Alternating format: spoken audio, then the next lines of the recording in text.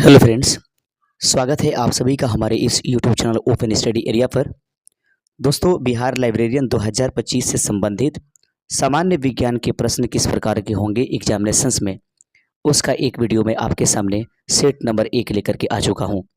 विभिन्न प्रकार के विषयों से संबंधित जो लाइब्रेरियन 2025 के लिए आवश्यक है, यदि आपका कोई क्लास छूट गया है तो हमारे इस यूट्यूब चैनल की प्लेलिस्ट में चले जाइएगा और वहां पर जाकर के बिहार लाइब्रेरियन 2025 के नाम से एक प्लेलिस्ट बना है, उसमें आप पिछले क्लासेस को कवर कर सकते हैं।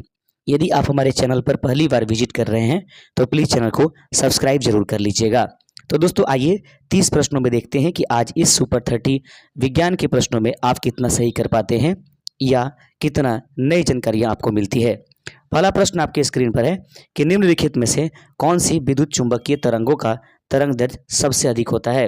निम्नलिखित में से वो कौन सी विद्युत चुंबकीय तरंगे हैं जिसका तरंग दैर्ध्य सबसे अधिक होता है। पराबैंगनी किरण, सूर्य की रोशनी, गामा किरणें और अवरक्त किरणें। इस प्रश्न का सही आंसर है दोस्तों कि अवरक्त किरणों का जो तरंग दैर्ध्य होता है वह सबसे अधिक होता है, जो दिए गए ऑप्शंस हैं। ऑप्शन नंबर डी इस प्रश्न का सही आंसर है। दूसरा नंबर क्वेश्चन आपके स्क्रीन पर है। प्रश्न कहता है कि किस धातु का गलनांक सबसे अधिक है। निम्नलिखित में से वह कौन सा धातु है जिसका गलनांक सबसे अधिक है। ओस्मियम, टंगस्टन, मोलिब्डेनम या एल्यूमिनियम।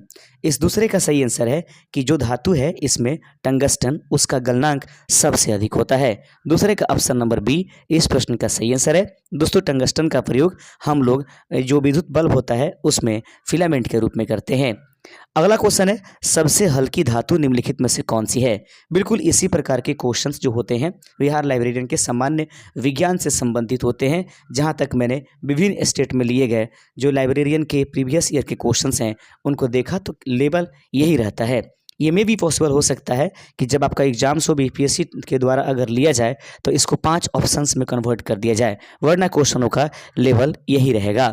सबसे हल्की धातु कौन सी है। लिथियम, इरिडियम, एल्यूमिनियम या ओस्मियम। सही आंसर है लिथियम जो होती है वह सबसे हल्की धातु है जिसकी परमाणु संख्या 3 होती है। दोस्तों, चौथा नंबर क्वेश्चन है कि ध्वनि की गति सर्वाधिक किस में होगी। वायु में, जल में, निर्वात में या स्टील में।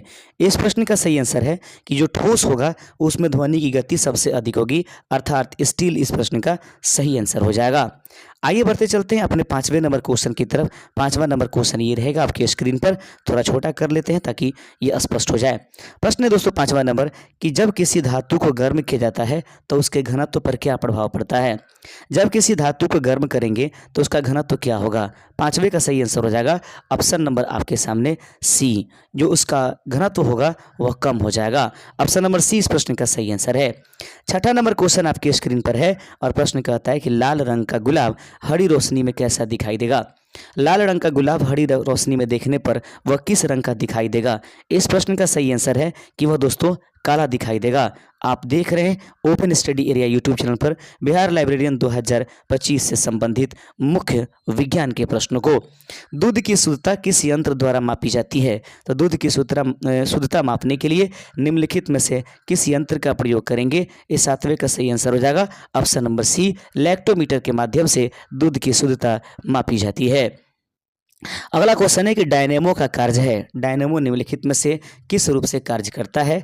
इसका सही आंसर हो जाएगा कि यह यांत्रिक ऊर्जा को विद्युत ऊर्जा में परिवर्तित करता है। यांत्रिक ऊर्जा को विद्युत ऊर्जा में परिवर्तित करने वाले यंत्र को डायनेमो के नाम से जाना जाता है। अगला क्वेश्चन 10वां नंबर टेलीविजन का आविष्कार किसने किया था।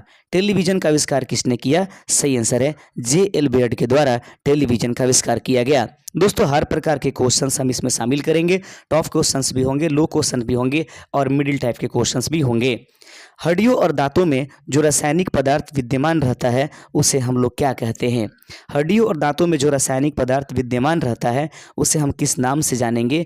10वें का सही आंसर हो जाएगा ऑप्शन नंबर सी, उसको हम कैल्शियम फॉस्फेट के नाम से जानते हैं। ऑप्शन नंबर सी इस प्रश्न का सही आंसर है।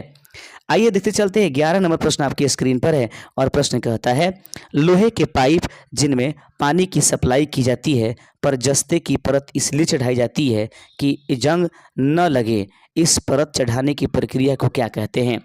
लोहे की पाइप पर जिसको पानी की सप्लाई की जाती है पर जस्ते की परत चढ़ाई जाती है, ये इसलिए चढ़ाई जाती है क्योंकि उस पर जंग न लगे। इस चढ़ाने की प्रक्रिया को निम्नलिखित में से क्या कहेंगे। 11 नंबर प्रश्न का सही आंसर हो जाएगा ऑप्शन नंबर सी, इसे हम और आप यशद लेपन के नाम से जानते हैं।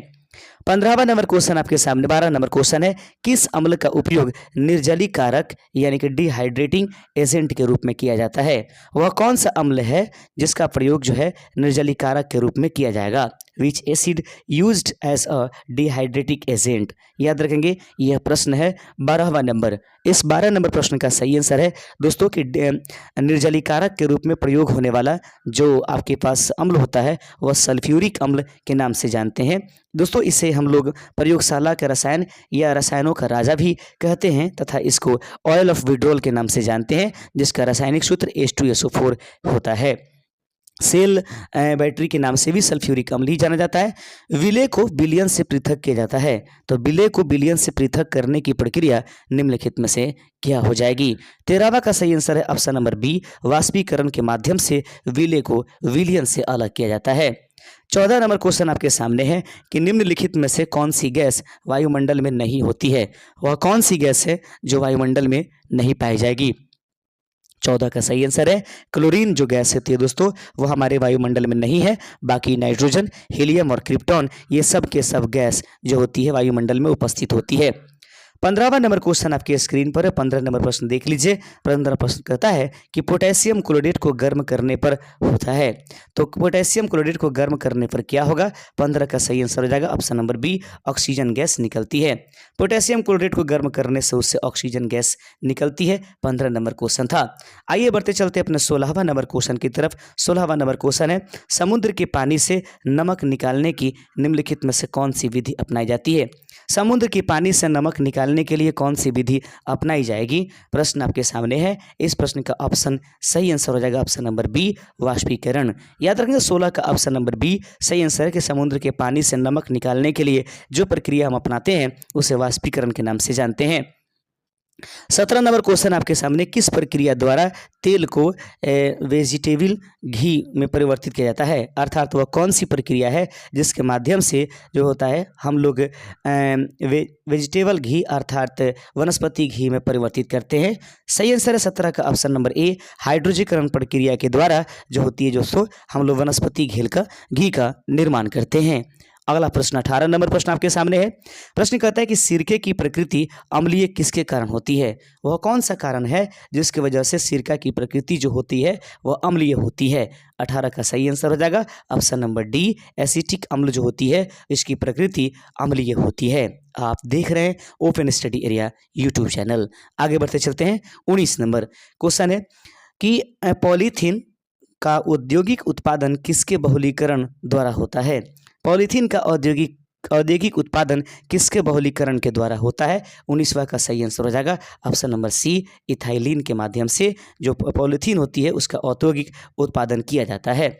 आगे बढ़ते चलते हैं। अगला नंबर क्वेश्चन है, खनिजों एवं चट्टानों में कौन सा तत्व सबसे अधिक पाया जाता है? खनिजों एवं चट्टानों में कौन सा तत्व सबसे अधिक पाया जाएगा?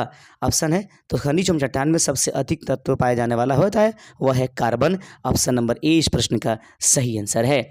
आइए बढ़ते चलते 21 नंबर प्रश्न आपके सामने है। प्रश्न है कि सबसे अधिक औद्योगिक किस धातु के द्वारा हाइड्रोजन के साथ बनाए जाते हैं? वह कौन सा धातु है या वह कौन सा तत्व है जिसका जो प्रयोग सबसे अधिक यौगिक बनाने के लिए हाइड्रोजन के साथ करते हैं? ये प्रश्न कह रहा है। इस प्रश्न का सही आंसर है दोस्तों कार्बन का प्रयोग सबसे अधिक हाइड्रोजन के साथ यौगिक बनाने के लिए करते हैं और इससे बने हुए यौगिक को हाइड्रोकार्बन के नाम से जानते हैं। सबसे सरल हाइड्रोकार्बन मीथेन है जिसका सूत्र CH4 होता है। इसे पंख गैस के नाम से भी जानेंगे। गुब्बारों में हाइड्रोजन की अपेक्षा हीलियम भरना अधिक उपयोग माना जाता है, ऐसा क्यों है? गुब्बारों में हाइड्रोजन की अपेक्षा हीलियम भरना अधिक उपयोगी माना जाता है, ऐसा क्यों? 22वें का सही आंसर हो जाएगा ऑप्शन नंबर देख लीजिएगा दोस्तों, हम कर देते ऊपर यानी कि ऑप्शन नंबर डी, यह हवा के साथ मिलकर विस्फोट मिश्रण नहीं बनाती है। आगे बढ़ते चलते हैं। अगला क्वेश्चन 23 नंबर आपके स्क्रीन पर देख लीजिएगा। 23वां नंबर क्वेश्चन है कि कार्बनिक पदार्थों के सड़ने पर जो मासी गैस उत्पन्न होती है और अधिकांशतः कोयला खदानों में पाई जाती है उस गैस का नाम क्या है? कार्बनिक पदार्थों के सड़ने पर जो मासी गैस का उत्पादन होती है और उसमें अधिकांशतः कोयला खदानों में पाई जाती है उस गैस का नाम क्या है? 23वें का सही आंसर हो जाएगा ऑप्शन नंबर बी, उसे मीथेन गैस के नाम से जानते हैं। अगला प्रश्न आपके सामने है कि बैटरी बनाने में किस अम्ल का उपयोग किया जाता है। अभी तुरंत इसके बारे में बताया था दोस्तों। सही आंसर है सल्फ्यूरिक अम्ल को सेल अम्ल या बैटरी अम्ल के नाम से जाना जाता है। 25 नंबर क्वेश्चन है कि किण्वन प्रक्रिया में निम्नलिखित में से किसका उत्पादन आवश्यक रूप से होता है। किण्वन प्रक्रिया में निम्नलिखित में से किसका उत्पादन अवश्य रूप से होगा। 25वें का सही आंसर हो जाएगा ऑप्शन नंबर ए, एल्कोहल। याद रखेंगे। आगे बढ़ते चलते हैं। 26 नंबर क्वेश्चन आपके सामने है कि प्राकृतिक रबर को कठोर तथा उछालने योग्य बनाने के लिए किस पदार्थ को मिलाया जाता है। प्राकृतिक रबर को कठोर तथा उछालने के योग्य बनाने के लिए निम्नलिखित में से किस पदार्थ का प्रयोग किया जाएगा। 26 का सही आंसर हो जाएगा ऑप्शन नंबर सी, गंधक का प्रयोग उसमें किया जाएगा। 27 नंबर क्वेश्चन आपके सामने है कि सोडियम को मिट्टी के तेल में क्यों रखा जाता है। सोडियम को मिट्टी के तेल में रखे जाने का मुख्य कारण क्या है। सही आंसर है कि हवा में इसका ऑक्सीकरण होने लगता है, यही कारण है कि सोडियम को मिट्टी के तेल में डुबाकर रखी जाती है।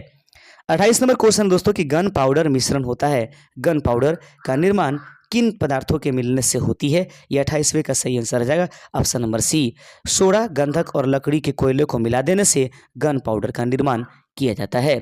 29 नंबर क्वेश्चन आपके सामने है कि किसी रासायनिक यौगिक की सबसे छोटी इकाई क्या होती है।